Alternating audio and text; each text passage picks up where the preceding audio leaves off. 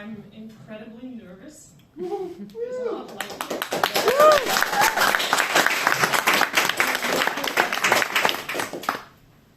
I wanted to start with talking about first times. They usually aren't that great. We had a great first time here. Just with the guys. Hey, two. Got two. Mine was actually pretty good too. Yeah. He was very well prepared. Seen a lot of videos. I don't know what you're laughing at. I mean, we expected a lot of blood. There was no blood stains.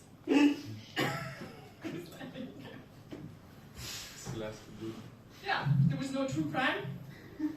So I hope it's going to be the same today.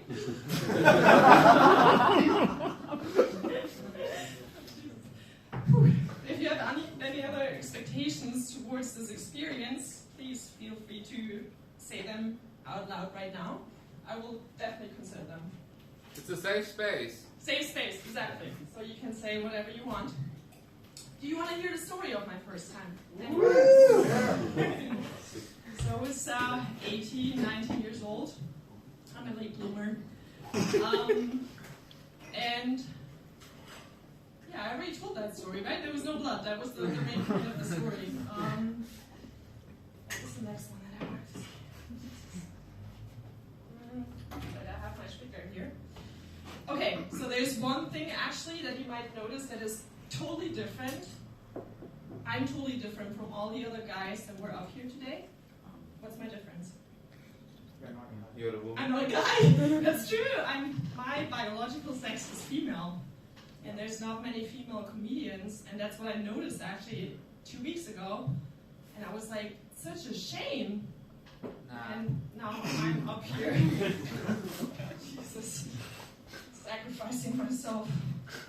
But actually, females are a lot funnier than men. That's a true fact.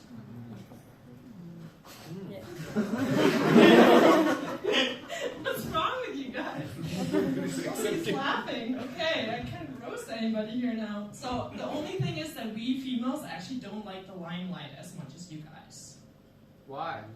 It's evolutionary based actually, because we don't want to be shot. That's the best part. That's the best. No. Heart rate rising. Okay. So the thing is, I can be pretty aggressive, but like I'm very calm. So if you want to meet up with me afterwards, it's no problem. You don't have to be shy. You can talk to me. You don't have to leave a conversation like all the other guys usually do on these dating sites that we already talked about today. And I'm actually, I want to raise a request here because I need a proper dating app. All the dating apps that are out there are really not doing it for me. So I would like an app called Supermarket. If anybody wants to invent that, you know, just give me a call. Did you know that there's actually an app for vegans? Yeah. It's called Bitchly. I was pretty intimidated because I'm not a full-time vegan, and I don't know, like, are only full-time vegans allowed to be on this app? I don't know, like, I'm an occasional meat eater. Has anybody tried going fully vegan? It's really tough. 2 people, okay. And you're still alive. It's really good. There, I don't know why. Yeah, Alright, the thing is actually I'm pretty old already, so maybe I shouldn't be picky anymore. I mean, 35 is, you know, the age where my fertility is probably deteriorating already. My eggs are fouling inside of my body. And I can't blame guys, but I'm also just meeting a lot of idiots, so I don't know.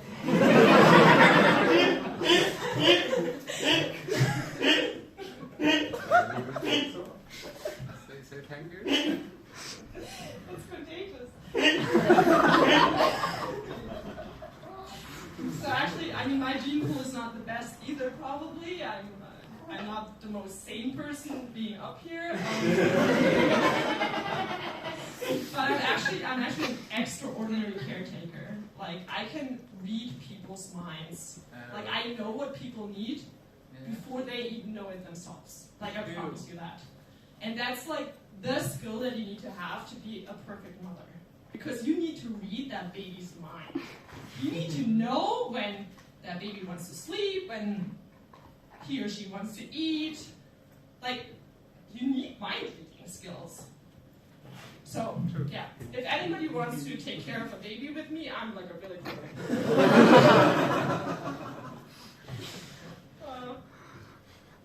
okay. There's one thing that is left on my list. I'm actually up here to do a little like focus group. I met this guy, and I'm looking for a name for this guy. Does anybody have like a good name suggestion? Hans. Hans. Yeah. Why does it have to be a guy, by the way? People use it as a guy. Fucking van. It can't be female. So I bought it because it was called Huggy Wuggy. It's not a joke. It was actually sold like that. But names are tough. I mean, a lot of people, like, it defines your destiny, a name, right? And there's, people with last names that are pretty terrible. My number one is Gaylord. There's actually, he studied with me. His name was Gaylord. He's a really cool guy, so he could deal with the bullying.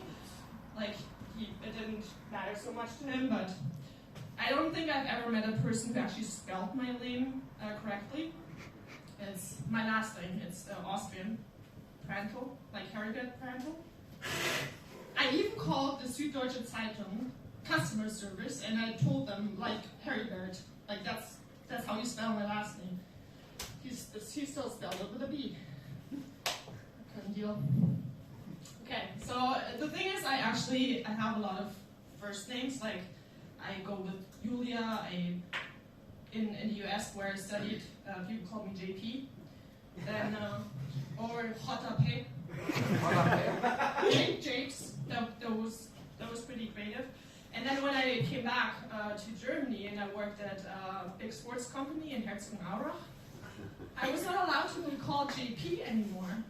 Because only people like John Paul or Juan something were allowed to be called JP, and I had to go by Julie again, and I was like, so unfair. Anyway, tragic destiny that I always have to turn my head when somebody says Julia, which happens a lot. But actually my mom was a trendsetter because in 1989, when the Berlin Wall fell, by the way, it was the most popular girl's name, and for the next decade, that was going to be, the standard.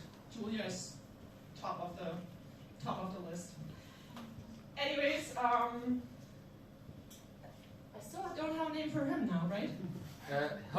Her. Julia. No! Alright, cool. Yeah, that works. Thanks a lot, guys.